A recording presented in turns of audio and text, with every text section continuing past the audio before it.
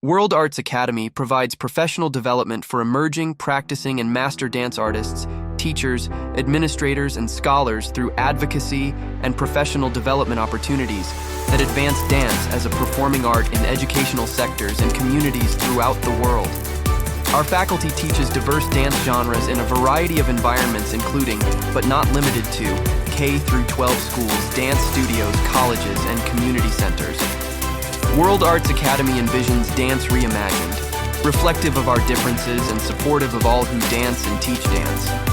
A world where dance education is equitable, accessible, valued, and preserved. Please visit our website at worldartsacademy.com to see our impressive faculty, view our workshop calendar, enjoy distance learning, or help our mission by becoming a patron.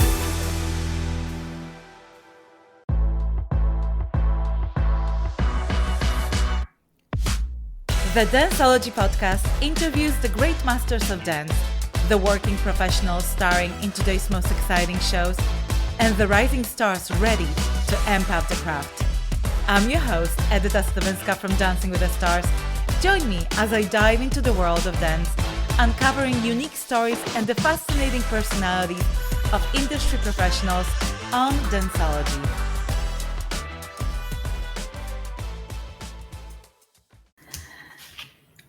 Patricia Kelly, thank you so much for taking your time to doing this. I really appreciate it. I know it is a busy time right now, and I don't even know, are we in the same time zone? Are you at your home? Are you traveling right now? We're in the same time zone. I'm in Los Angeles. I just got back from a fantastic trip to London, seeing all of my young dance friends. I saw Matthew Bourne's 30th anniversary of Swan Lake twice. I got to see two different casts, and it is brilliant. It holds up in a way. I think it's even more relevant now than it was 30 years ago when it was so revolutionary. And I would kind of go see my choreographer friends at an event, and they'd say, "Oh, I have this opening and I have this opening." So it was just, I bounced from one friend's work to another. So it was really fulfilling. I love these young dancers. They're so committed and they're so just dedicated to the work, and they're beautiful to watch. So I feel very privileged to have them as my young friends. So let me ask you a question. Were you a dance fan before you meet your late husband, Gene Kelly, or all of this happened afterwards? No, I have to admit, it really came after. I really had the education with Gene, as I've called it a college of one, which is what Scott Fitzgerald's wife, lover, Sheila Graham, wrote a book called College of One. And I felt like that was really what I had with Gene, not only in dance, but in American popular song, in why Frank Sinatra's voice was so exceptional, but he really introduced me to the history of dance, the various styles of dance, and I just did not have that before. So it was kind of this wonderful education every night. It was just, we'd watch movies. I forced him to watch his own movies, which he didn't love to do. But we would also watch other movies like John Ford's Stagecoach, and he would describe how the camera worked and everything. So, it was film 101, dance 101, music 101, and every night. So you had nothing to do with dancing. As a matter of fact, when you met Gene, you never heard of him. Which is really bizarre, not to hear of one of the most prominent and biggest movie stars in American history. Pretty much 40s and 50s. It was Fred Astaire and Gene Kelly. So you have never heard of Gene Kelly, and my question is, if for a person like you who has never heard of Gene Kelly today, how would you describe who he is, what he has done? Who was Gene Kelly? Well, it's interesting. I did not know who Gene was when I met him, which is remarkable. I did not know what Singing in the Rain was, but I was a very nerdy Herman Melville scholar, and I really spent all of my time in a library with my nose in a book and thought that that was going to be my future. I envisioned that I would be teaching at a university, and so when I was writing a television special about the Smithsonian Museum in Washington, D.C., and that's when they said that someone named Gene Kelly was going to be the host narrator, and they were all talking about Singing in the Rain, and I just went along with it. I didn't want to show my ignorance, but I honestly did not know if it was a man or a woman. And when I met Gene, the director decided he would put me in the room with Gene to keep all of the other women away from him because they were all trying to get a marriage proposal out of him. And my pet studies in graduate school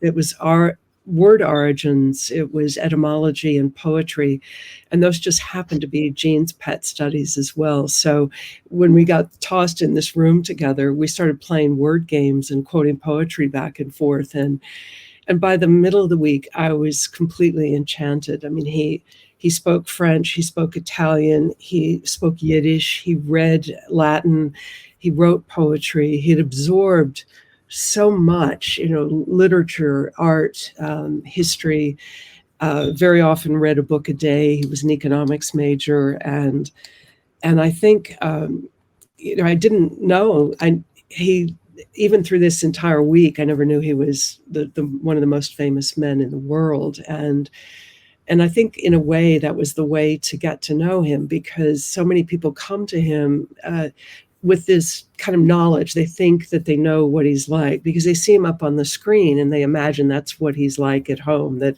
he sort of dances around the kitchen and things like that. And he was a very cerebral guy. I mean, he would prefer to be home in front of the fire reading a book than to be out at a big Hollywood party. He wasn't part of the Hollywood scene.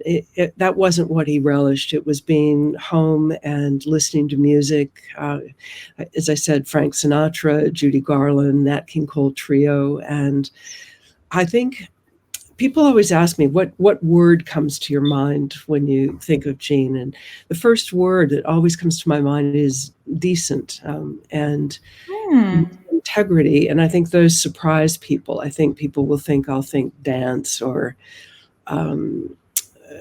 athleticism or masculinity or gracefulness. But I really think of him as the man that he was, which was a man who he looked out for the other guy. He looked out for the underdog. He really, I think growing up in the Depression in Pittsburgh, he knew what it was like to be the bottom of the barrel, kind of as an Irish Catholic and as a lower middle class kid who was rejected by a lot of the upper middle class and upper class kids.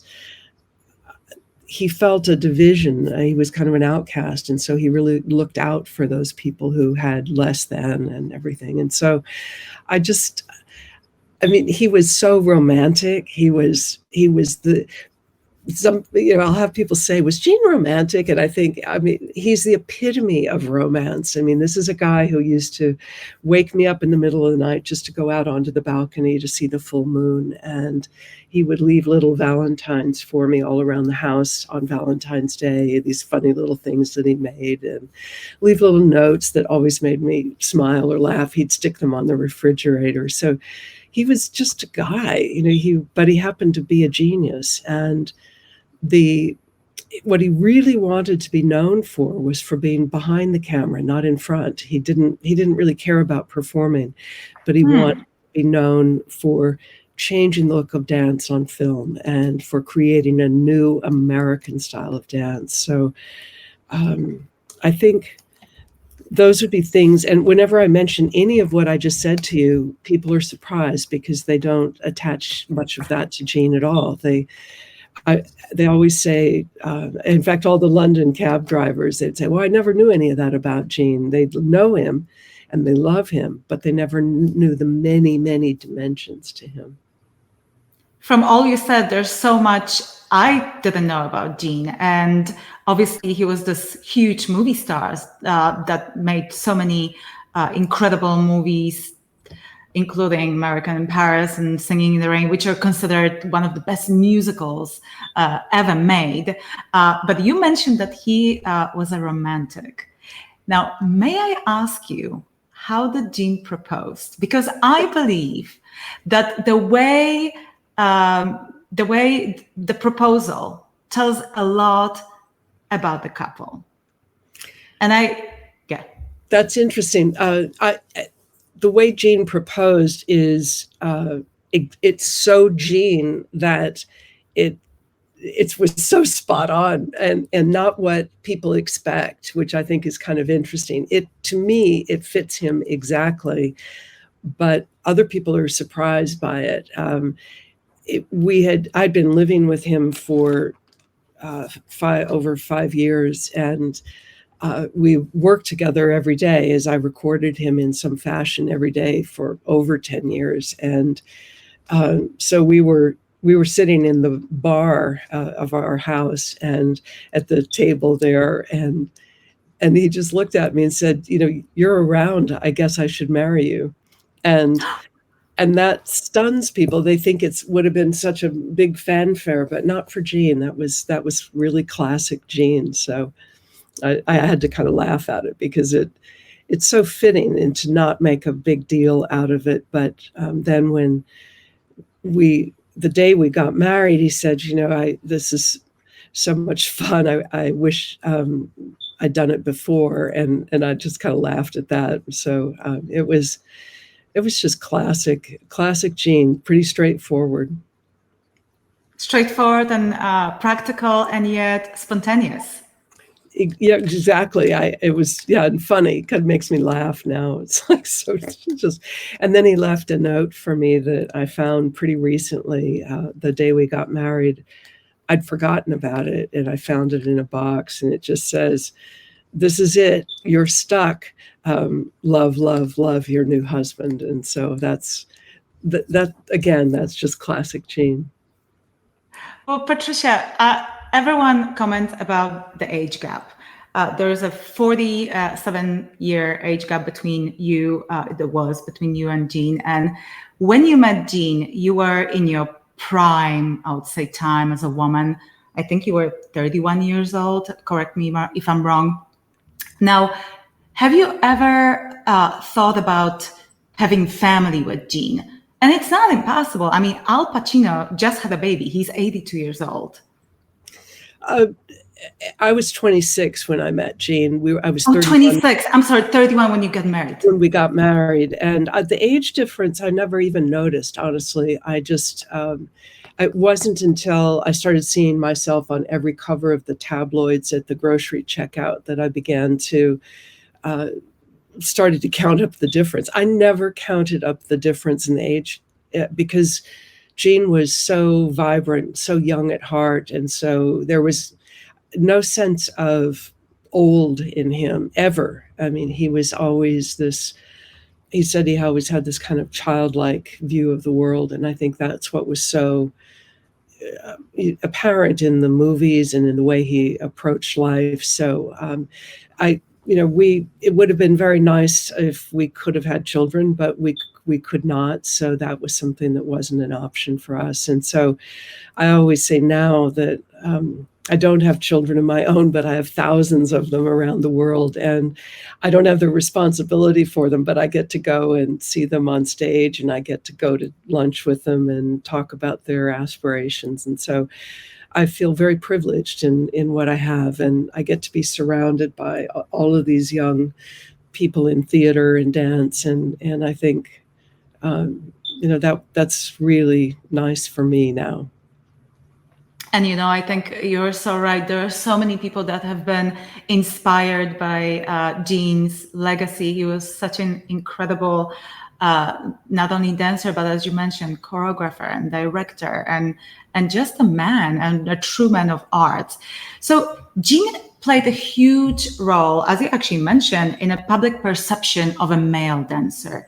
So he was very masculine, very athletic, energetic.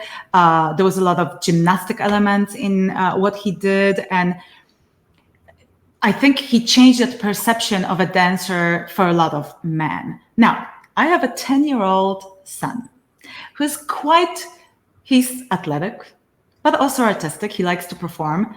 But at a certain point, he said, Mom, I don't want to take dance classes because basically on every 100 girls in a dance class, there would be maybe 2 boys. Yep. And it's just not cool. And all his friends play soccer and football and baseball and other sports. And he's afraid that they would call him sissy. I know that you are involved in kind of a work that would, I don't know if this is an organization, but what do you think Jean would tell to a young boy who would like to dance but has these concerns? And what kind of work have you done or Jean done to bring dance more approachable to boys? Well, it was really Jean's crusade, and that was the word that he used, in fact, to make it okay for men to dance, which is he created an omnibus television special in 1958 called Dancing a Man's Game. And he brought in all of the top athletes of the time. So Mickey Mantle is baseball, and Johnny Unitas football, and Vic Seixas. And what he did was he had each of them demonstrate something that was a classic move for them as a baseball player, football, soccer, ice skater. And then he took each of their movements and he combined them and choreographed a dance that he performed using all of the same movement, just to show that they're all interconnected. What the baseball player is doing is what Jean is doing. Because the style of dance that Jean created, when he looked around and he said, how does the American male move? There was no model for it. There was the European model of ballroom dancing on polished floors, but no model for what Jean wanted to do, to dance to American popular song, but as a guy on the street, the guy he would know. And so he looked to what he loved, which was sports, and it was baseball and hockey, and you can see that in his movement, in these very broad, wide open steps and very low to the ground, very different from the classical mode of being up on point. And he was classically trained, and so he could incorporate any type of movement. He was a trained gymnast, he was a trained acrobat, he could walk a tightrope.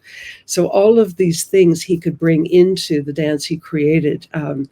But he really tried to dispel this horrible stigma that it's not okay for boys to dance. And because he'd been beaten up and bullied as a young boy, and you would think that from 1958, now here we are in 2024, you would think we'd have gotten over this ridiculous stigma. But as you said, it's still very rampant. And I got an email today, a notice from a mother, a friend of mine in Italy, whose little boy, Olmo, fell in love with Jean during lockdown, watching American in Paris at 1.5, and then just started watching every movie, and then he'd get the costume for Three Musketeers and everything. Then he got tap shoes, and then he wanted to take ballet, but he was the only boy in the class, and he felt really self-conscious because he's surrounded by all these girls in tutus. And she just sent me a note today saying that Olmo had inspired more boys to join the class. And so she sent me a video of him with more boys, but still it's overwhelmingly girls. And so what I have been doing with some organizations in the UK, including one called the Phoenix Boys, is to work with organizations that understand it's important for boys to be dancing with boys so that they can gain the confidence. They're not teased. So the older boys support the younger ones, and it's terrific. And there are a couple organizations like that in the UK. And so I'm just trying to spread that further because I really think it's important. I think obviously, the girls dancing, that's great, but I think what really, as you're pointing out, is missing is the advantage for the boys and for them to feel safe. A lot of the boys that are in the organizations I know have been bullied. They've had their jaws broken because of dancing. And I think so my hat is really off to this Simon Hundley, who has Phoenix Boys, because he understands that it's important for the boys to be with boys at a certain stage. Obviously, they can bring girls in. Obviously, they can bring girls in at a later date, and if they're doing certain performances, but it's really important at a certain stage that they're surrounded by boys. And I think your son, if that were an opportunity, he would love it. And Gene used to, when he was teaching kids to dance in Pittsburgh, what he would do to get the boys in is he said, I'll teach you basketball if you come in and take my dance class. And so I think you have to work on it, but I decided that would be, I would kind of take that crusade on and try to spread that and make it so that it's okay for boys to dance. I don't know when we're going to crack this. It seems it's like such an obvious thing. I mean, Gene showed the connection between fencing and classical ballet, that the steps are the same. And this notion that it's not okay for men to dance is that men originated in dance. Women came to it very late. I mean, in the French courts, it was all men dancing. So I think we need to re-educate people about the history of this and the history of the movement, and find new ways to bring boys in. And I want to work with Matthew Bourne's company, New Adventures, in London, because they have programs to try to inspire young men, and I think that's another good entry. So I'm open to it. If anybody wants to kind of get on board with this, then I'd love to join forces, because I think it's really time to stop this now. Right, we need such organization in United States, and exactly. As you mentioned, Gene did a lot of sports. He was very athletic, and that's what I try to tell my son. My son plays soccer, and I truly believe that dancing helps in so many other disciplines. And as a matter of fact, Gene Kelly was such an amazing dancer, and I think such a unique dancer, because he was so athletic, and because all these disciplines complement each other. Now, I just wish that some of the boys, a lot of the boys, even if they start, they quit quite early. And I just feel if they stick around until the age of maybe 13, 14, when they start getting interested in girls, that would be it. Because I laughed when I read that Gene Kelly didn't want to take dance classes for the same reason, because the kids teased him and his mother forced him to do it, up until he realized that dancing is an amazing way to meet amazing, beautiful women, that women love men who can dance. And this is for exact reason why my husband danced. My husband used to be a dancer, and he told me the same thing. He said, I played soccer, I preferred soccer, but the minute I realized that I can meet all these girls in the dance class, and it's like I'm 1 to 10, I'm sticking around for sure. Oh, that's funny.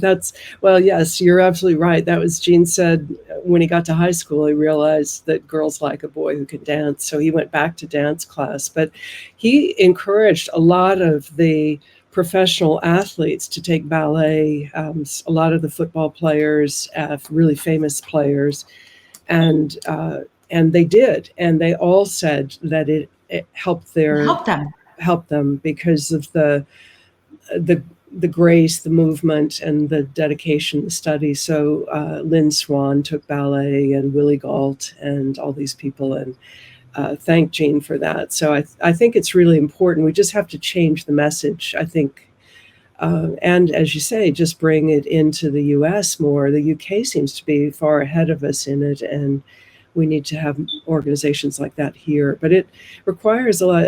I mean, this guy Simon is very dedicated. It's very time consuming to get all these boys together. He brings them together from all across the UK, from Scotland, London, Manchester, and they come together. So it's not only his commitment, but the commitment of these boys to drive hours to join the other boys. But you can see it. I mean, they got into the semifinals of Britain's Got Talent, and of course they lost to a singer. But I really thought that they deserved it because of what is required for dancing. Mm-hmm. I think people somehow think it's easy, and it's not. It's a very difficult sport. Jean said it's a masochistic sport. You often dance hurt. I was just with a good friend, a young dancer in London, whose knee popped out in the middle of a performance. So he's out for a couple months. And so you have to be really dedicated to your craft. And as you say, the athleticism, it's the same thing as if you're running in football, the same chance of getting hurt. And so we've got to figure out a way. I think we can do it, but it's going to require a concerted effort. All right. Well, we need to put our minds together because Yes. this is something I have personal interest in. And I do teach dance classes, and I do try to get as many boys involved as possible. I think Dancing with the Stars have been doing a fair share of their work with having all the athletes on a show. And I danced with some football players. I danced with heavyweight champion. And interestingly enough, Evander Holyfield, it was the boxer that I danced with. He did take ballet classes as well. Yep. And it was very interesting when he said it helped him with footwork. Boxers have to be light on their feet. The footwork is such an essential part of so many sports. And I feel like coordination, just overall coordination. All right, so they often win. That's the thing, is that the athletes often win Dancing with the Stars. So that's they do. So I think that shows. But again, shouldn't that be, if you've got Evander Holyfield, doesn't that send a message? But it doesn't seem to stick. It doesn't seem to stick. So there's a great fellow named Mickey Hunter up in the Pacific Northwest, and he's bringing boys in whose parents who are working lumber mechanics, things like that, but he brings the fathers in to work on the productions, and the mothers are obviously helping too, but he gets the fathers involved, and so that has helped. And he at one point had about 50 boys in the group. And so that may be it too, that you have to make sure that that the parents believe that it's okay and are supporting the child. Because if you get somebody who's saying, nah, that's for sissies, as you said, then that doesn't work. Right. Well, I think there's a lot of work to do, and I have no idea why the Dancing with the Stars effort and seeing all these athletes doing so well in dancing has not translated, because I still see majority of girls in the dance classes, and it is concerning. So Jean, as we mentioned, was very masculine, very athletic, miles away from the style that was dominant before he appeared on the movie scene. It was the white tie, top hat and tails, Fred Astaire, and kind of a lot of feminine dancers in the movies. Was there any rivalry between Fred Astaire and Gene Kelly? None whatsoever. And you're absolutely right that was what Gene came to, was this, as he said, a very European style. It was European dancing, the ballroom dancing, white tie and tails, polished floors. And since he grew up as I said, in Pittsburgh in the Depression, he wanted to dance like the common man, not like the rich. He didn't want rolled up sleeves. Exactly. Right? and not, white tie and tail wasn't who he was. And so he wanted to create a dance style that reflected his life. And I think that, but there was no rivalry. And the interesting thing is people assume that Fred Astaire, who came before Jean, influenced Jean, but it's actually the other way around, because Jean never saw Fred Astaire before he created his own style of dance. He had carved it out in Pittsburgh very early on. And so when he finally saw Fred Astaire, Jean had already established his American style. And it was when Jean was in Easter Parade with Judy Garland, was to star in Easter Parade, and he had choreographed most of the movie, and he was playing volleyball on his volleyball court in the backyard, and he and his friend went up for the ball, and his friend came down on Jean's ankle and just snapped it. And that took Jean out of Easter Parade. There was no way that the ankle would heal in time for him to complete the movie. So he suggested to the studio heads that Fred Astaire come in and take his place. Astaire had gone into retirement, and so this brought Fred Astaire out of retirement. And Jean said that Fred called him to say, "Are you sure you're okay? You want me to come in?" And I mean, they were very gracious, these are very gracious gentlemen, and had high regard for each other, mutual regard and admiration. And so Fred came in and replaced Jean. And what you see in Easter Parade then is Fred Astaire dancing to Gene Kelly's choreography. Very much of the movie is that.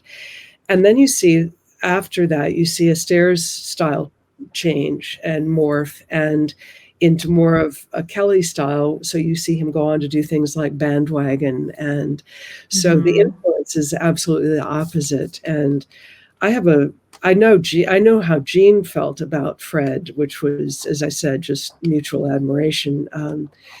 And I found a letter in the archives from Fred to Jean expressing that same thing. And so that confirmed there was no rivalry. And often Jean said Fred would drive to his house after Fred's first wife died. He would come to Jean's house, pick him up, and Fred had a Rolls Royce, and he'd pick Jean up and they'd go to dinner together. And so, yeah, very different styles, very different people. Jean was a left-wing liberal Democrat. Fred was more of a right-wing Republican and hung out more with the elite, the very wealthy horse people, the Vanderbilts and things. And Jean was kind of excluded from that world. And so they didn't share. Fred played golf. Jean didn't like golf. Fred was a great pool shark. Jean was not a pool shark. It's just very interesting to see the differences between. And Fred grew up in a trunk. He did not have the education that Jean had. Jean had gone to graduated as an economics major and went on to law school and eventually dropped that, but he was more the Renaissance man with the multiple languages and things. But Fred grew up with his sister as a child performer on the road. I think when you grow up like this, the glamour of the Hollywood is more appealing. Maybe that could explain that. But it's amazing to hear that these two incredible dancers had mutual admiration and were friends. Now, Jean was described by some as a difficult person to work with, and his reputation being a bit of a cruel taskmaster, and by his co-worker. And particularly his relationship with Debbie Reynolds was a bit strained during filming. I know she was grateful later on for the opportunity that she got. She said she learned a lot from the film. Now, I believe that extraordinary people like Jean, sort of geniuses, and I believe that Kelly was one of them, might be difficult to deal with because most people don't understand their creative process. Can you talk about that? Was Jean difficult to work with? Yes, I think in the sense you really have to consider the source of those comments, and Debbie Reynolds, as I've said to people, you really have to. her stories changed so often and went from highest praise and then just around. So I have to discount her because I don't think she was not a trained dancer, and she had to learn how to dance. She was primarily trained by Jean's assistants Carol Haney and Jeannie Coyne, and so I think it's kind of unforgivable, her description, and I'm afraid it is something I have to kind of keep stamping out, because you really have to consider the source. And if you look at Jean's other co-workers and their comments, look at Leslie Caron, who understood dance and understood choreography and what the precision that was required. And same with Sid Charisse, and there also this misconception you'll hear from Sid, her husband, saying if he could always tell if she had danced with Fred Astaire or with Jean. If she came home with bruises, it was with Jean, which I think again signals this sense of some kind of brutality or something. And I think we just really have to stop this sense, because obviously the dancing that Jean is doing with Sid Charisse is far more athletic. And as you know, as a dancer, you can get bruised. Oh gosh, absolutely.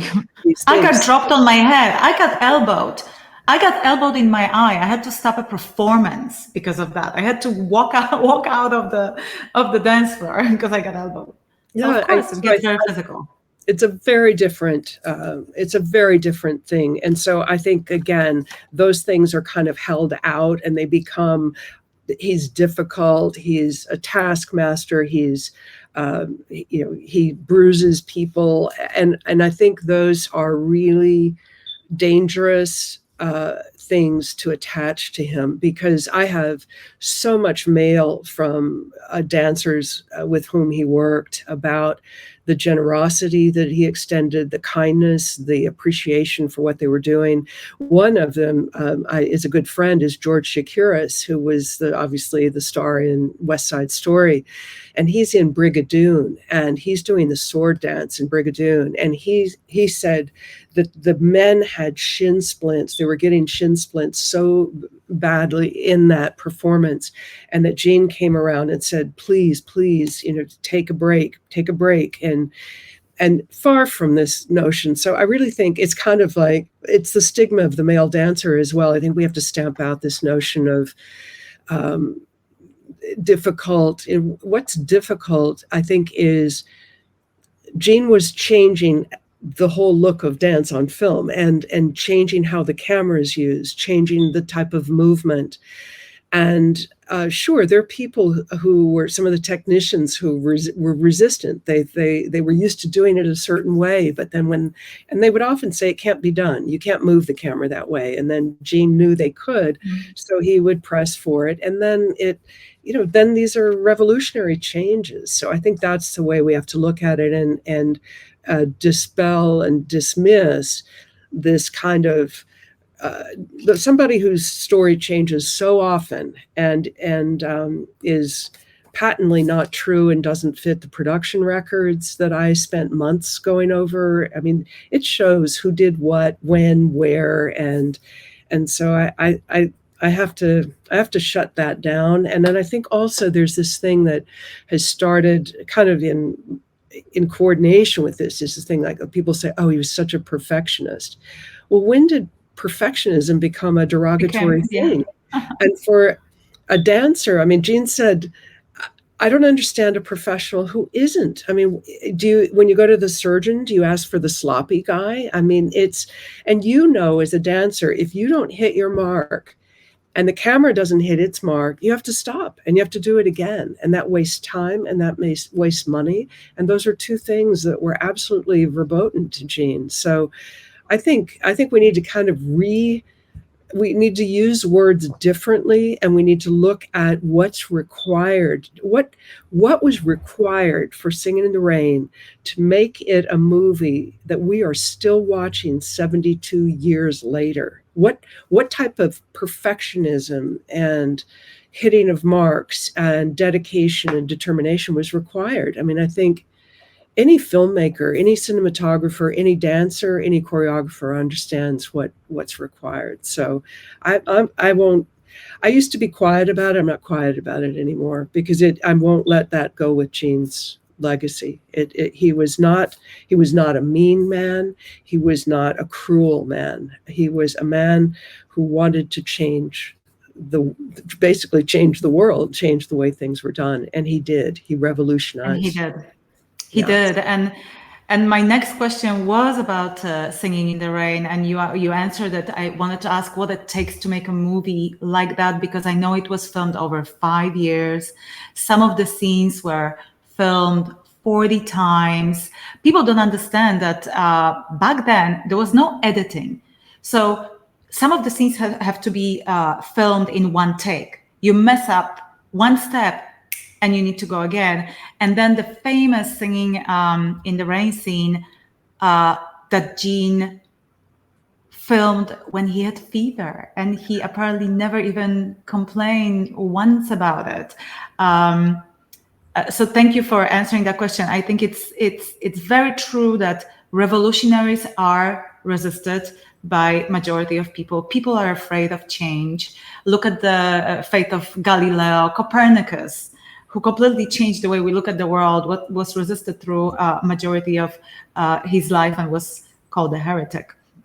I'm going to cut you off because Sing in the Rain, it wasn't 5 years. It was shot in 1951, and during most of the they were working so fast. I mean, Gene is still working on American in Paris, and he's starting Singing in the Rain. So these things move through. So it was shot during the summer of 1951.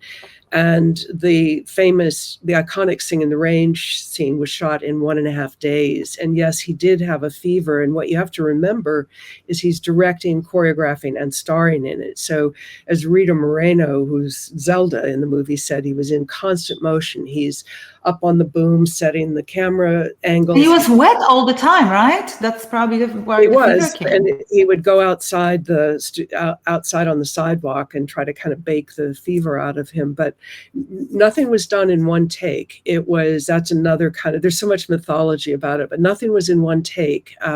They were long takes, and I think that was what Gene insisted on. That's what I mean. Obviously, it would be, we can't shoot a movie in one take, but those takes were so long that it made things a lot more difficult. Like if you look at the dance movie right now, it's cut from cut to cut. And even Dancing with the Stars, the way it's shot, Dancing with the Stars went on a tour, and they had celebrities come and perform. And I feel like a lot of people are very disappointed with the quality of dancing they saw. Not from the dancers. The dancers obviously are professionals, but from celebrities, because they looked so great on TV. Why? Because you can have these amazing camera angles, you can change those shots. But here, suddenly, you see them in one long stretch of time, straight forward, and it does not look that great. That's interesting. And that was one of the things that both Fred Astaire and Gene despised, was anything. They both insisted on shooting the dance head on and full figure, and that you don't chop it up into body parts, and you don't put the camera on the ground and strange angles. No gimmicks. You distort the body. And I know I talked to a lot of the choreographers for Dancing with the Stars, because I naively thought they were choreographing the dance to be all chopped up, and they said, no, that's not what we do. But that's what because often the cinematographers, the camera operators, they don't understand dance. They think if you get these odd angles and you show just the head turning or the foot, I mean, this is the most impotent thing, just watching toe shoes. And what you've realized is that when people will tell me, they'll say, well, people don't have any attention span, young people. You have to chop it up to make it interesting to them. And I'm like, I don't know what young people you're around, because I show Gene's films and kids are glued to it. They absolutely understand it. And I think people are yearning for that kind of choreography and that kind of cinematography and that kind of direction, that it's calm. You don't have to make it all hyper and but you're right. If you have non-dancers, that's it makes them look better. That's the problem. And so instead of using real dancers in movies, they're using celebrities, and then they have to chop it up and put the real dancers in the background. And I'm hoping that some of these young people, talented young people, will look at what Gene was doing, not try to imitate it. Don't go back. It's not like rose-colored glasses to go back, but look at what he did and how effective it was and how effective it still is, and think about how the dance is shot, and respect the dance and the choreography, and respect the performances, and trust the audience. Don't make everything so hyperkinetic, because I don't believe the audience is looking for that. With the shows that I do about Gene, my one-woman show and my big symphonic show, people are glued to the clips, and I think that signals that people are yearning for that. Tell me about your one-woman show and the way you continue the legacy of Gene Kelly. What is the show like? How would you describe it to someone who would be interested to come and see it? Where can we see it? Well, I often say it's like a Disney ride, that you're getting in a little boat with me, and you don't know quite where you're headed, and you don't know quite what to expect. And as you go along, I'm taking you into Gene's mind and into his heart, and then you come out, and people at the end say, wow, I loved him before, but I love him even more now, because they understand kind of what I've been describing to you, which is the magnitude, the breadth of his brain, and really the depth of his heart, the man he was and everything. So, and I go into the end of his life, I go into his death, and I go into loss, how you begin to deal with the aftermath, of unpacking the boxes and beginning to find the notes again, and how it's so wonderful to have his handwriting and the note he leaves you the day you get married, but how it knocks you to the floor, and so there's such an emotional pack. It packs such a punch, and I'm so glad to have the archives, and yet I have to almost take a deep breath when I go in, because it's so powerful emotionally. So people go on that ride, and they go through that. And I think a lot of us, even like post-COVID, a lot of us have experienced loss and death in a way that we hadn't before. And so this kind of straightforward talk about it enables people to feel it, discuss it. And I greet people after the show. I think that's important. And show isn't really the right word. And I hope one day I can find how to describe it so people know, because they'll say, do you sing and dance? I'm like, no. I leave that all to Gene. He's up on the screen. And I just weave the stories in between that he shared with me. And then, so it's more of an experience. It's more like you're stepping in. I greet people as they arrive, and then I greet people after the show. And people line up. The show is 2 hours and 20 minutes long without an intermission. And people say it just goes by in a flash. And then they stand in the line for an hour and a half after, just to shake hands and to share what he meant to them, what he meant to their parents, their children, their friends. So it really begins the minute you come in the door and the minute you leave. And people go home and rewatch his movies. I give everybody my card, so they write to me, and it's just a very, very intimate, personal experience.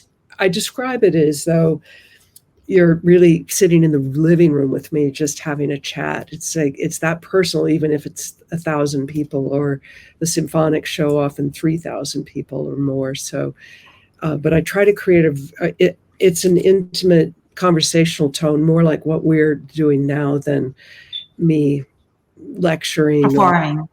Performing. And it's largely extemporaneous, so I can move it around depending on where I am, and I listen to the audience. I can hear the tears, I can hear the laughter, and I can adjust it. So it's kind of a living, breathing thing, which I love. I would do it every night if I could.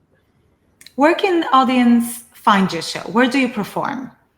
Anywhere in the world. I will go anywhere. I don't have the one-woman set right now. I've been off the road, and I'm just getting started booking again. So it's a touring show.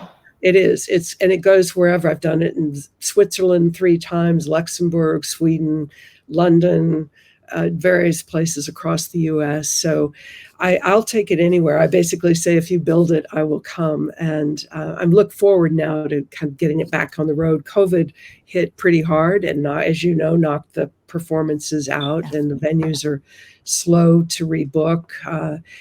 But I would do it anywhere. And people often write to me. They reach out to me and they'll say, I'm the director of a theater. Would you consider coming to Cincinnati? And I say, oh, absolutely. And so don't hesitate to reach out if you'd like to have. It's called Gene Kelly, The Legacy. And it's just there's nothing like it. That's the thing. And I think that's one of the things that's difficult in marketing it, because it isn't like anything else. It isn't like a show that has a set script where somebody comes out, and it isn't like a show where I sing and dance, and it isn't a show where I bring on other dancers. It's Gene, and you really you get inside his head, and you know what made him tick, and I think that's what distinguishes it. So let me understand it correctly. In your show, you're using footage that has never been shown before, or how would you convince someone who would like to see your show, who likes Gene Kelly, to see your show other than watch his movie or watch clips on YouTube, in terms of the footage that you are presenting? Obviously, your stories are very unique.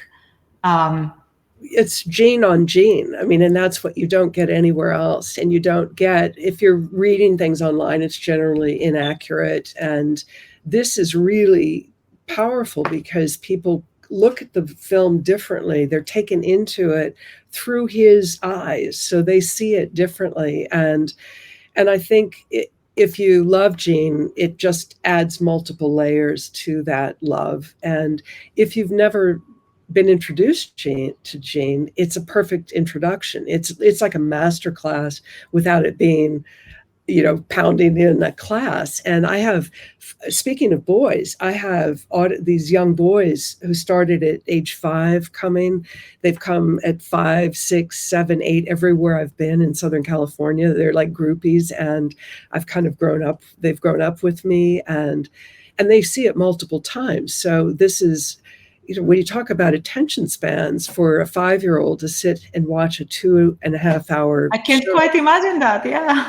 your son would flip, and it might actually change the way that he perceives dance. It might convince him to go to dance class. And that's what happens. A lot of these boys come and they go, I want to do that. I want to do that. And they understand what Gene did to make it happen. And the symphonic show is called Gene Kelly, A Life in Music, and it does include a lot of footage from his television specials and things that people don't see, and kind of rare recordings. And I see a lot of live movies with live orchestras, and I've gone to several performances, and it's interesting, but in a way, I feel like I would look around and I would see that by the time you're halfway in, the audience has forgotten that they're real players on that stage, and they're just looking at the movie.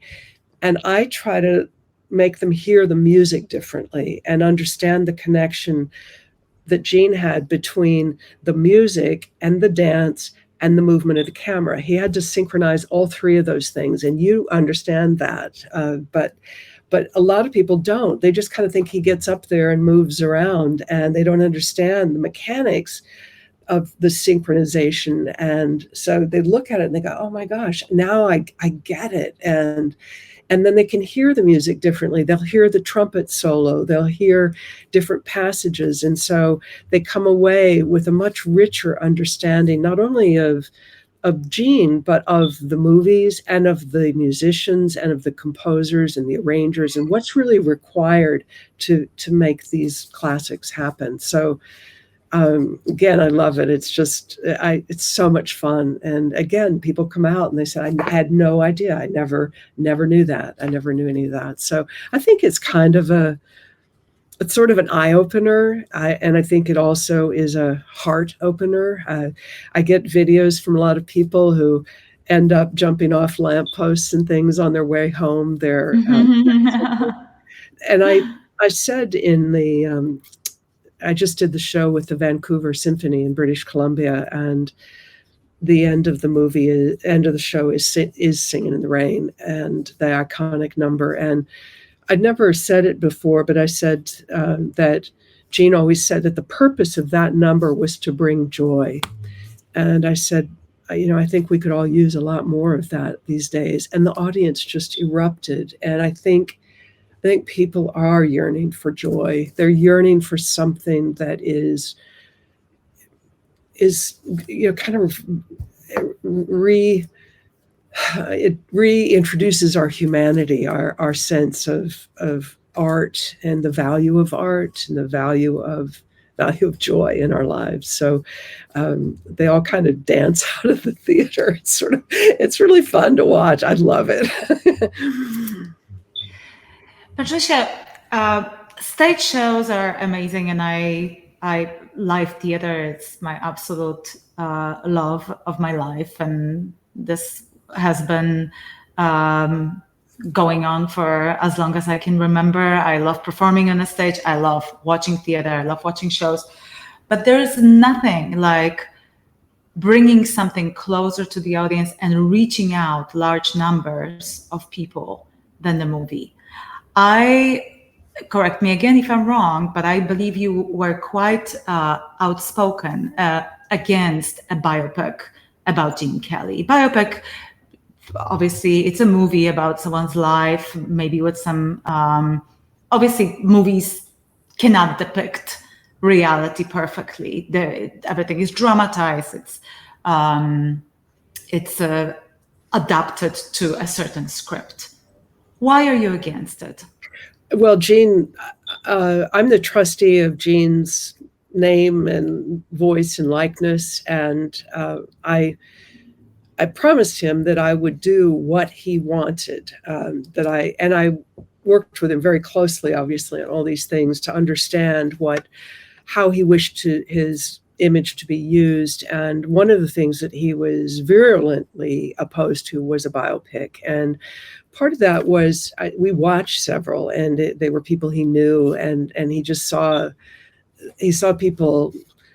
There was just such a distortion of these friends and things, and he said, "I absolutely do not want a biopic," and I get it, because I mean, it's one thing, maybe you can do something about an actor or something, but I think a dancer and Gene, people try to replicate Gene, and he always said, don't imitate me, don't do that. Take what I did and go beyond, make new art, make it your own. Exactly. And so somebody trying to be Gene, I think it doesn't work. It doesn't help you understand his art. It doesn't help you understand Gene. And I think it's a complete distortion. So I am very vocal about it, because he was so insistent. And so but he was, yeah, I mean, he just didn't want it. And I don't think there are many good ones, frankly. I think they're I think generally they don't work very well. My opinion is that you are right. They very often can distort the image of the person that they are about. However, very often they are an introduction or reintroduction to the audience about the person. Like, for example, my children, never heard about Freddie Mercury, or even they heard about Elvis Presley, but they didn't know much about him. And I have, I don't know much about Elvis' life. I didn't grow up in United States. I missed the whole craziness era. And also, that was a while back too. That's not my time.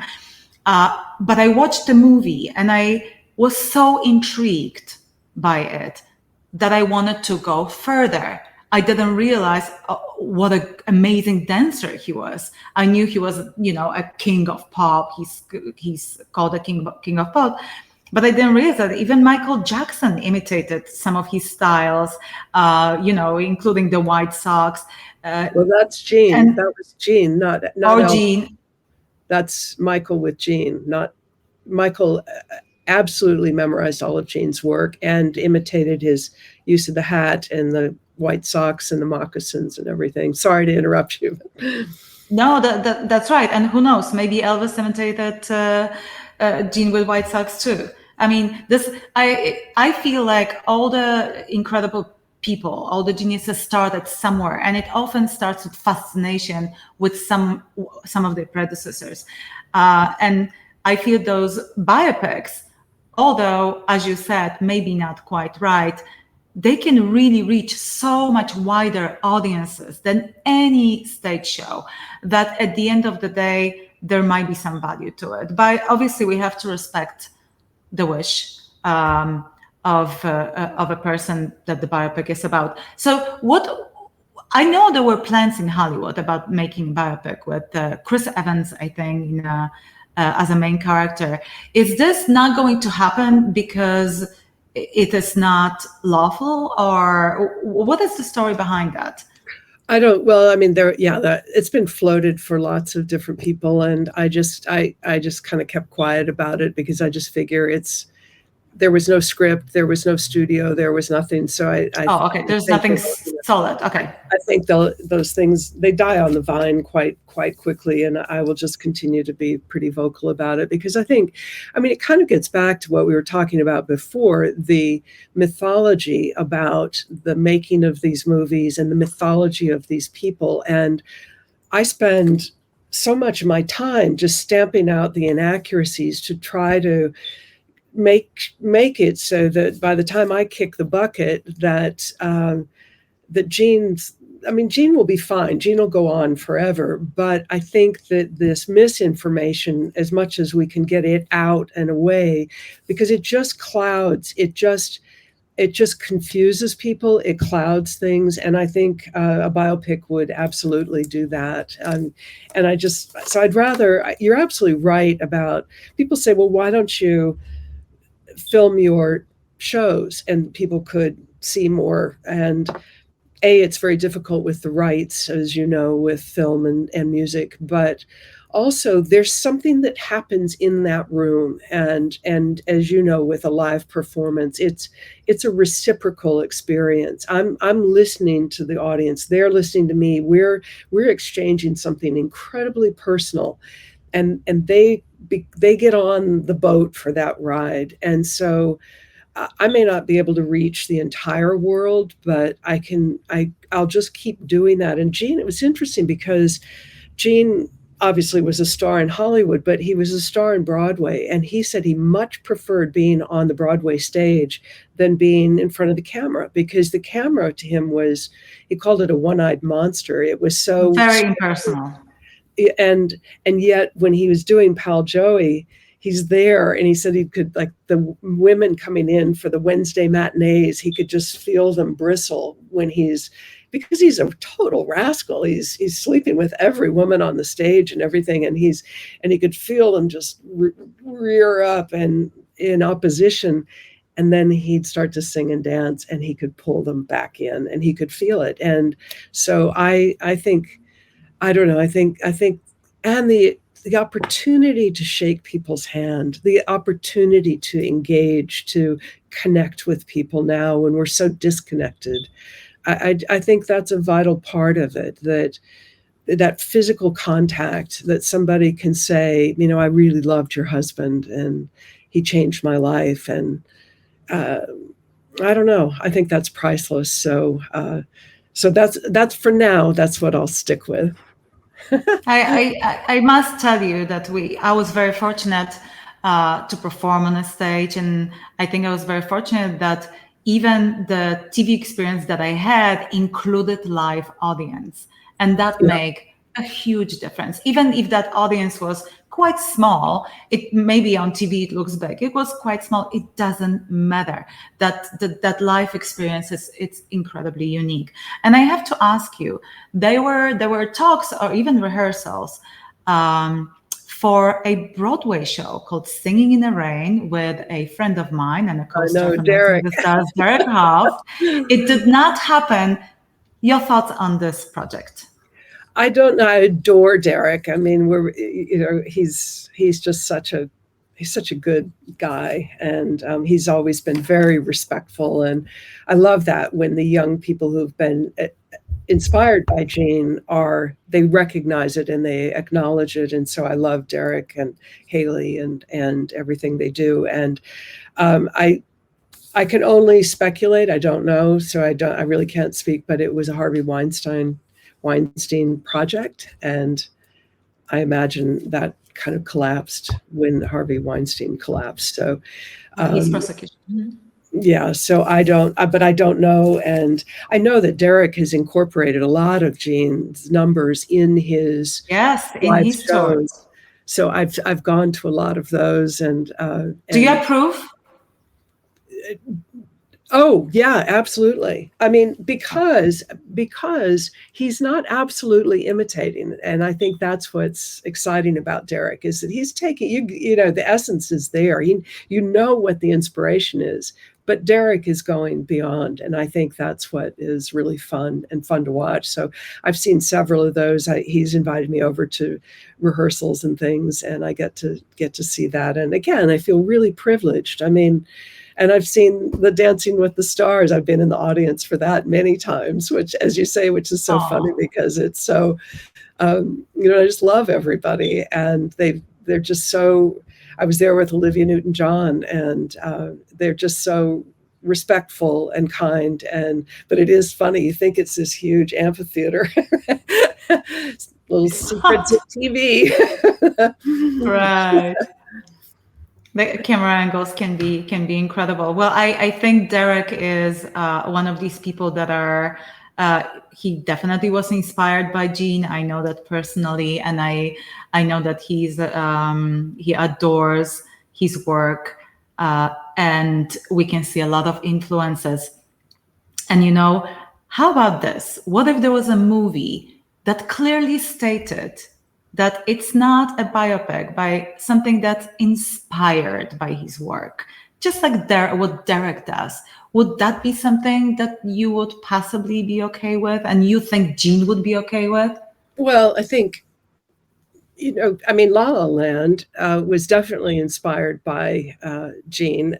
Damien Chazelle, my friend, the director, came to the house, and he came with Emma Stone, and he came with Ryan Gosling and Mandy Moore, a choreographer, and they went through the archives and looked at Jean's handwritten choreography for Singing in the Rain, and you can see so many bits and pieces of Singing in the Rain in it, and American in Paris, and they're nods to many things, Jacques Demy, and so I think a lot of people may not have thought that was their favorite movie.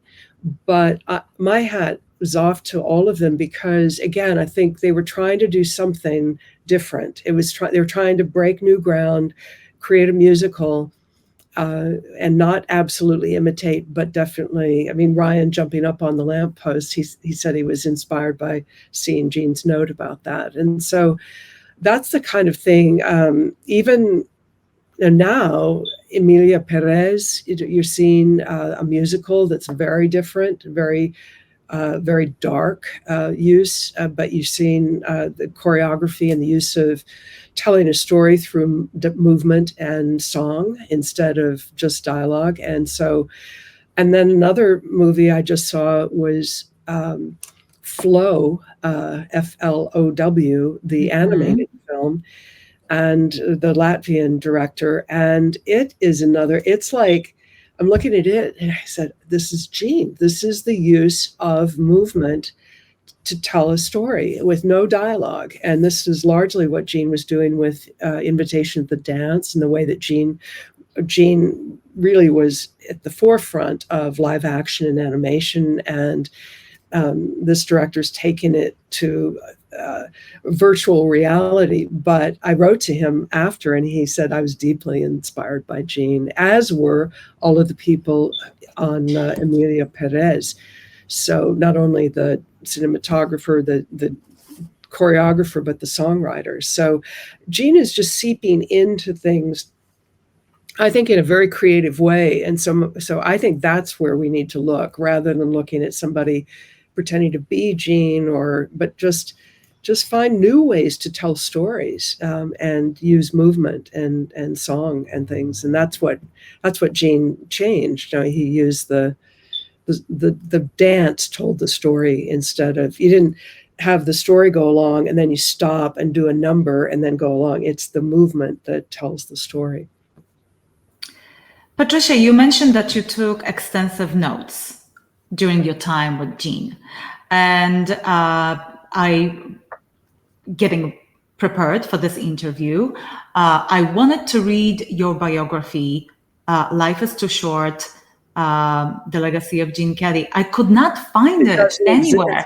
It doesn't exist. No. I saw it somewhere on some website and I couldn't order it. Will there be a biography? I've tried to remove that. That was a publisher that I ended the association with, but they had already put it up, and there's no way to remove it. It's very strange. So a lot of people think it's like a virtual book, but I not only have notes with Gene, handwritten notes, but I have the digital recordings, the tape recordings over the decade. And the first time I got back into those and started listening to them again was when I did an 8-part radio series for Radio France in 2022 for France Musique. And you can hear Gene sitting next to me on the couch as we're talking, and you can hear the ice in his vodka tonic as he's clinking it in his glass. And so it was powerful to hear his voice again and to hear us talking. And so I will be diving back into that again. I have to get everything digitized, and we'll probably use some of this new AI technology to clean up the tapes, because you now can refine the sound. A lot of them, you know, I was recording him in cabs as we were driving around London, and you hear all of this noise. And I think a friend of mine can help me kind of make sure they're not only preserved, but you can hear the voice. And I decided to wait on the book. I wasn't ready. After he died, I realized I really wasn't ready to tell the story. I needed to get out and listen to people. And that's what the shows have helped me to do. It's to kind of confirm, what are people interested in? What's the story? I mean, I have 5 million stories I can tell. And it's helped me to kind of hone it, and as have the various social media sites. I'm on Instagram at Gene Kelly Legacy, and Facebook with Gene Kelly The Legacy. And initially I was very distant. I would only post a picture of Gene and say what the date was, and because I thought, oh, people don't want to hear from me. They don't want my perspective. They just want Gene.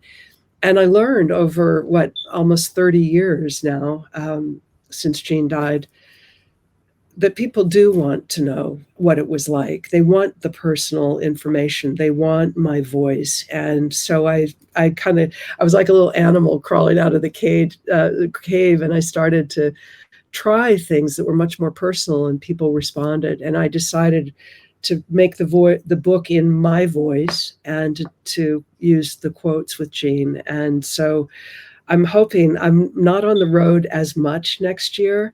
So I want to finish the book next year and get it out. And I think it's time. I mean, it really is time. Beyond this, it gets to be a little bit tiresome and for people, but I'm not good, and I don't know if you are, but I'm not good at being on the road and writing something like this. I can make notes and things, but I think to do this, I almost need to put a chain around my ankle and put it on my desk chair, go sit in the archives and just stay in the story, and not go fly off someplace and not go to this dinner and so I figure I need to clone myself.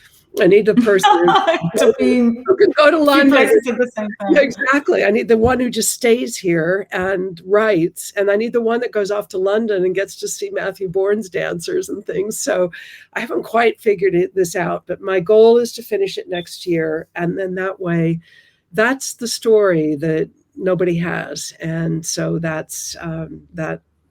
And then I have other books. I have 2 books I want to do after that, which will be a book of photographs of Jean, with photographs by other artists that, like his friend Robert Capa, who introduced Jean to Switzerland, Eisenstadt's very beautiful photos of Jean, Jean Mélis's stroboscopic photographs. But I want the way that one artist looked at another. So I have Jean's quotes about those people, and I want those in really a beautiful resolution, a beautiful book. And then I have the objects, the objet from the collection, like Jean's Converse tennis shoes and things, and I want people to see those and hear his stories about some of those things. So, and then the ballet that I recreated was Scottish ballet, Jean's ballet, that he was the first American-born choreographer to create a ballet for the Paris Opera in 1960. So he preceded Jerome Robbins, Bobby Fosse, all these people, but nobody thinks of Jean Kelly as a classical choreographer for the ballet. And I remounted that. It was the first show that Scottish Ballet opened with after COVID, and we're hoping to kind of tinker with that a little bit more and get that back on the road in 2026. So there are just so many things coming out, and the because of Jean, the people being inspired by Jean, that project, and then the Boys Can Dance project. So maybe I need to make 5 clones. maybe I need to have 5 different ones going out. Oh gosh, I very often feel the same way, I must say, and I'm very much looking forward to the book. I tried to read one of the biographies. I won't mention the author of Jean Kelly, and it was quite dreadful. I could not get. I'm so sorry. I could not go through it. There were some incredibly boring details, and it was just very hard to read.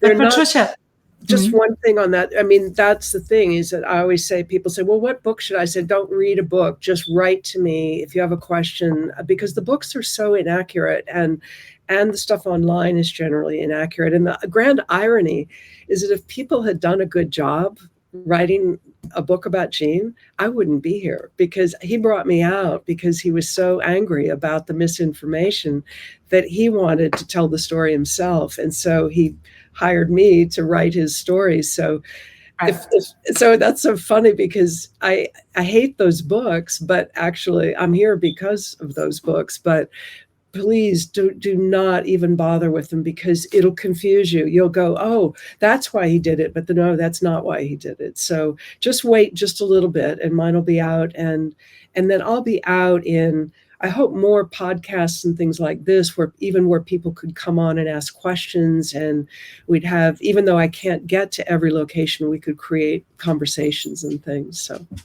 Well, if I get any questions, I'll definitely pass it on to you. Now, Patricia, this question will be a little bit tough.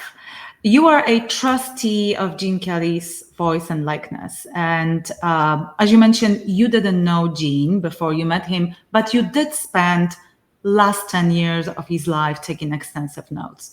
What would you say to someone who doubts that you are the right person to be someone who continues his legacy and who is the trustee? Well, there were a lot of doubters. I'd say, I used to get hate mail and things. There were bash sites for me, and people were a lot of people were extremely unkind, and I think just not, again, that kind of tabloid mentality of the Daily Mail and things, and And it was very hurtful. I mean, I couldn't understand it. I couldn't understand why people were slinging all this stuff, because I had been, it was a different type of relationship, but it worked, and it was a very solid relationship. And so, but I just kind of hung in there. I hung in there, and I think that the shows have helped a lot, because I don't come out and say, oh, I loved Jean and Jean loved me, but I think people coming out understand the relationship. They come out and they go, you know what, I get why it worked. I understand why this, even with the age difference, I get why it worked. And I don't have to explain that. And I think people, what's interesting is I've seen on social media, I've seen a lot of the people who were very antagonistic are now following me on Instagram and commenting very positively about my posts and things. So I think it's just, you have to be consistent. I just decided I was not going to crumble, as much as I was, very often just on the floor in tears at what people would say and write. I thought, I'm just going to stay true to what I know, and certainly rereading the notes and things affirmed what is true. And I think people have come along. I think people get it now. I think there's not the question anymore. It's not. People come on and they get it and they understand it, and they're very positive and very encouraging. So I think you just have to, if you have any question, just go on and watch the Instagram posts, and I think you'll begin to understand what our life was like and why I am the right person, and there is no better person to represent the legacy. He chose me. I didn't. He put me in that role, and he was a very smart man. He knew what he was doing. He knew I would. A friend of mine is Oscar Peterson's widow, the great jazz pianist and composer, and she uses the 3 Ps. It's preserve, protect, and promote, and that's what we do. We preserve, protect, and promote. And Gene knew that. He was no dummy. He knew that to put me in the sole position was the right thing, and that I would do it basically to my dying day. It's what I believe in. So, and I feel privileged that he entrusted me with that. Patricia, what is your relationship with Gene's family? I know that Gene was a family man, and he loved his children very dearly. And in one of the documentaries I came across doing research for this interview as well, I heard his son saying that you pushed Gene away from his family in the last year of his life, and that he was very sad about it. Can you comment on that? I can say it's absolutely not true, and I don't, I don't speak about Gene's children, and children is kind of an operative word. I mean, they're 82, 62. They're not kids, and so I think, again, this is just terrific misinformation, and it's been a real. Gene dictated who came to the house and who saw him, who spoke to him. I didn't make those decisions at all. There's this assumption that I was this all-powerful person, but Gene was completely in charge of his faculties, and he made every decision about who visited him, who spent time with him, the people he called. He was, again, as I say, a very smart man, but also very, he set the limits and the boundaries and things. And so that was not my role at all. And I think it's really, I think it's kind of petty and cruel, but it's, again, I just had to outlive the things. I think it's very hard to be the son of someone. How do you follow that act? I mean, and a lot of the sons of the great actors didn't make it, didn't survive. They killed themselves. I mean, it's a very, very, I think, to be a child of a magnificent star is a very difficult thing. And you have to realize too, there are 3 different families essentially. And so, not that the 1 and 2 didn't all get along. So it's not just that I came along, but I'm kind of the, it's the poster child of the young woman who marries an older man. But I'm not we didn't fall into that. I mean, I had headlines of gold digger and all this stuff, but it's not true. And I didn't take from them or anything. Gene made every single decision, and that's all I can settle. And I think they can't. I don't think they want to accept that. It has to be somebody other than their father who made those decisions, but he made those. I think it's you're right. It's difficult to have a famous parents. I don't know if Gene's children had aspirations to be in the show business, but it's definitely sad to hear. Now, Patricia, do you have any like a personal anecdote or a story that would encapsulate Gene's personality? I do, and it's actually one that I use in my show. So I'm giving away a little bit, but I'm going to share it because to me, I appreciate that. it does say a lot about who he was and why I have such tremendous respect for him. And it'll surprise you a little bit, I think. But Gene did a one-man show at the end of his life, and I was part of that. I would go on the road with him and see it. It was kind of fun to watch because he would come out and there would be these theaters, 3,000 seat theaters in Florida and things. And he created this same feeling that I've tried to create in mine, which is that everybody's just sitting with him in the living room. And that really was a great lesson to me of how to engage an audience. And so, but as we were leaving to go on one of these tours, we got dropped off at Los Angeles, at LAX at the airport here. And the driver said, just go on into the airport lounge, the airline lounge. And we weren't members of anything like, as an example, this wasn't the lounge, Admiral's Club and that type of thing. We didn't belong to any of those. But we went into the lounge and the woman at the counter said, are you members? And we said, oh, no, we're not. We were just told to come in. And she said, oh, I'm sorry. This is for members only. You're going to have to go outside and sit with the rest of the civilians out there. And so she said, yeah. And so, but then she kind of realized that maybe she's been a little bit harsh in her voice. And so she said, but let me just see your boarding pass, your ticket, and let me just see if your flight is on time. And so Gene handed her the ticket and it says, Mr. Gene Kelly. And she just went, oh my gosh, oh, Mr. Kelly, oh my God, I'm so sorry. I am so sorry. Absolutely, you can come in. I mean, oh, I didn't recognize you in your glasses. By all means, you're more than welcome to be here. And he just picked up the ticket and he said, no, thank you. We'll go outside and sit with the rest of the civilians. Aww. And that's who he was.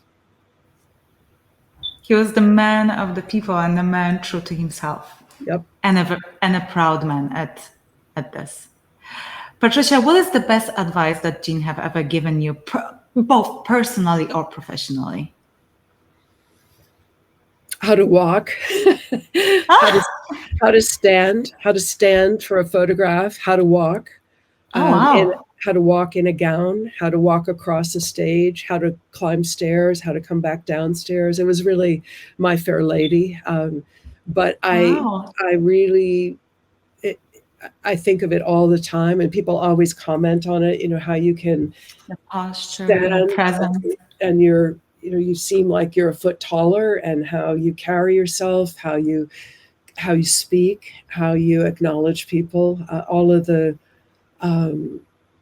things that people don't expect. But we used to watch the Academy Awards together, and he would say, look at this person crossing the stage. He said, they're wearing $1 million worth of jewelry. They're in a gorgeous, thousands of dollar gown, and they can't walk. They don't know how to walk gracefully across the stage.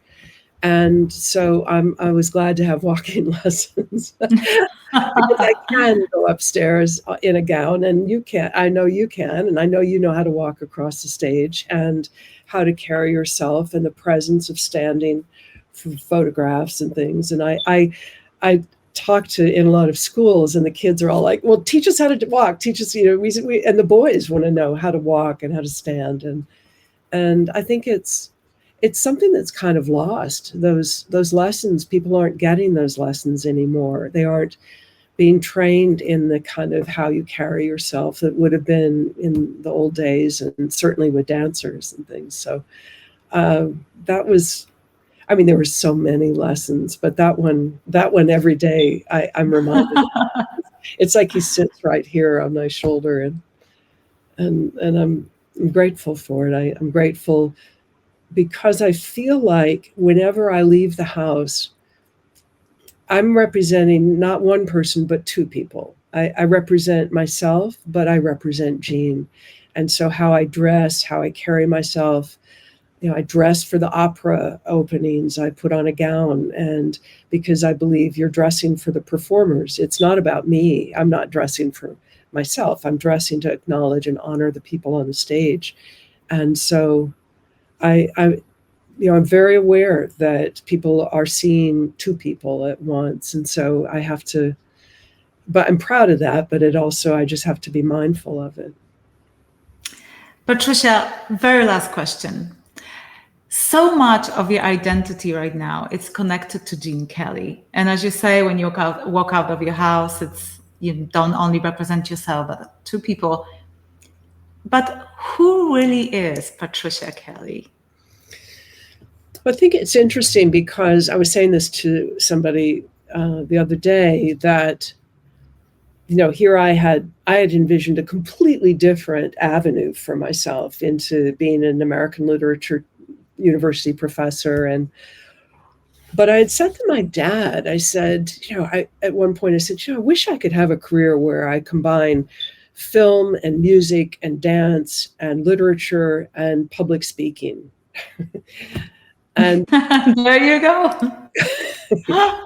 Without thinking about it, I created my own career, the one that I really wanted and the way I feel most at home. I love being on the stage. I love being able to use the skills as a public speaker.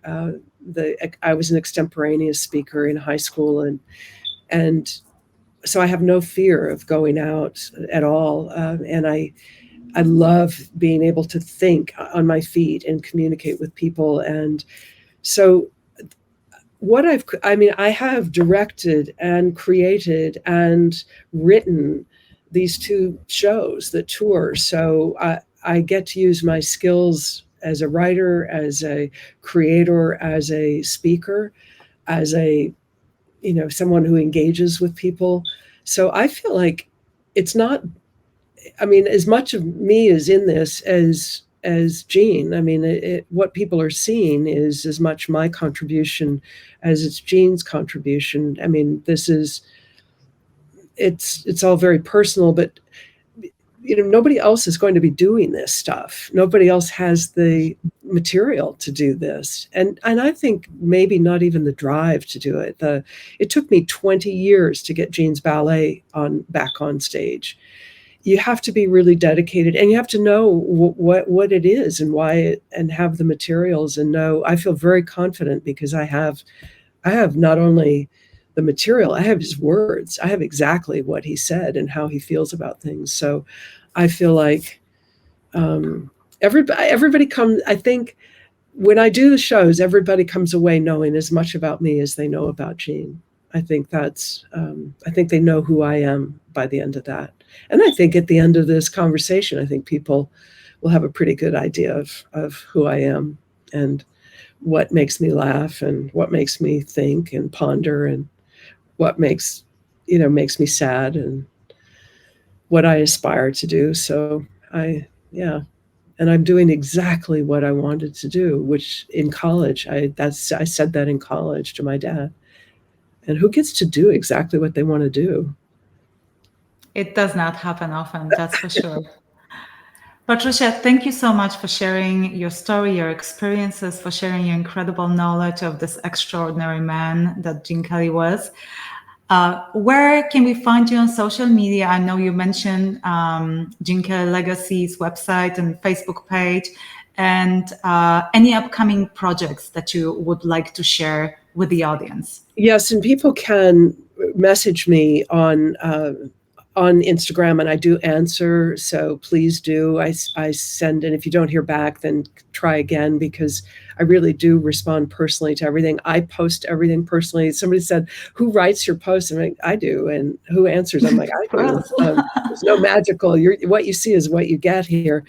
And people can sign up at genekelly.com, which is the website, which I'm waiting to remount when I'm getting all the pieces together. But you can at least sign up there, and then you'll have notices. And then the next symphonic show is with the Auckland Arts Festival on March 15th in Auckland, New Zealand. So that will be with the Auckland Symphony Orchestra, and I'm really looking forward to that. I've been to Australia, but not New Zealand. So that's the next symphonic show.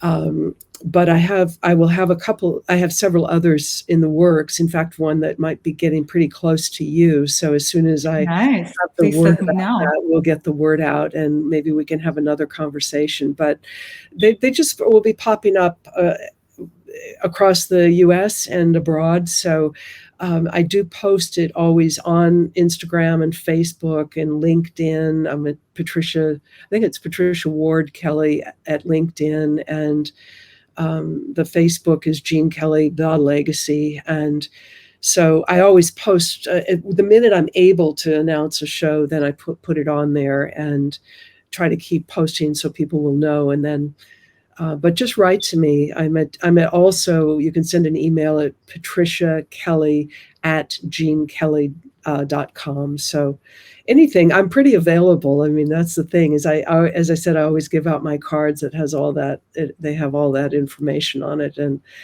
I think I don't have a mobile phone, which people don't understand, but it's like I needed one layer of kind of privacy, because I give out my information so much, and I do respond to everything. And it takes me about 2.5 hours every morning just to answer things. But I think it's important to do that. If people take the time to write, I think it's important to take the time to write back. So, but it also eats into that book that has to be finished. So, that's why those clones, I've got to get with a clone very quickly. Patricia, thank you so much again, and thank you so much for your continuous work to promote and to continue the legacy of Gene Kelly.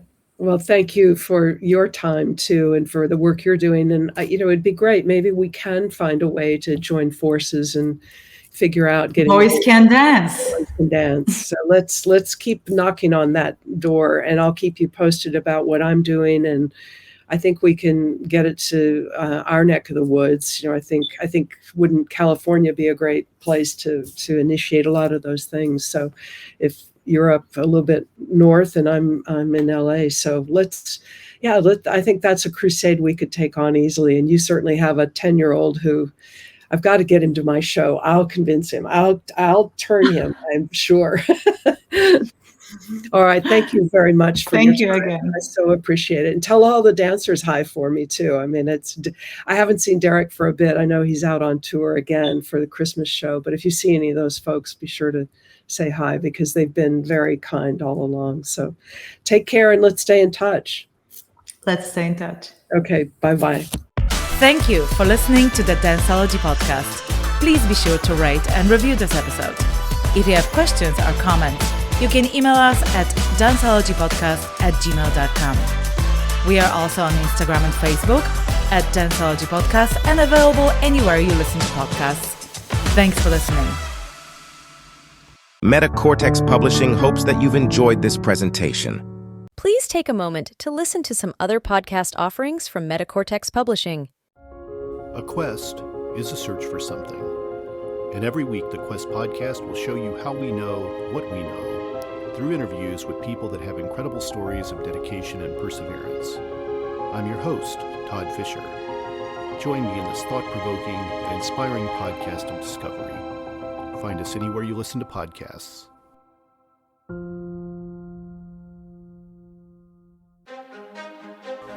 Every year, tennis players from around the world compete for excellence, triumphing against all odds to emerge the champions.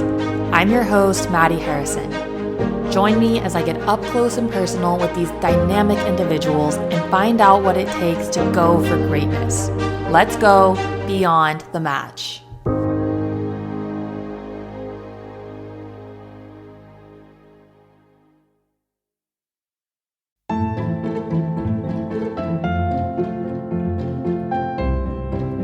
Hi, I'm Father Daniel Duplantis, a Catholic priest, martial artist, and host of the Karate Priest podcast. Have you ever wondered what the church teaches about different topics? Are you a martial arts enthusiast or just someone who wants to learn more about martial arts? I'd like to invite you to join me and many guests on my podcast as we cover topics of faith, everyday living, and martial arts on the Karate Priest podcast. The No Earthly Explanation podcast investigates the things that are unexplainable, hosted by world-renowned investigative researcher Donald R. Schmidt and scientist Ellie Ringo. Follow them as they look for evidence for things that have no earthly explanation. Available anywhere you listen to podcasts.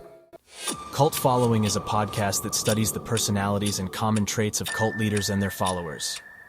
Get the real story behind these infamous and oftentimes tragic cults from a new perspective, through exhaustive research, and from interviews with people that were there. Available anywhere you listen to podcasts. Thank you for listening to this podcast. Please be sure to rate and review this episode. This podcast is produced by Todd Fisher and Anthony Smith and is distributed by Metacortex Publishing.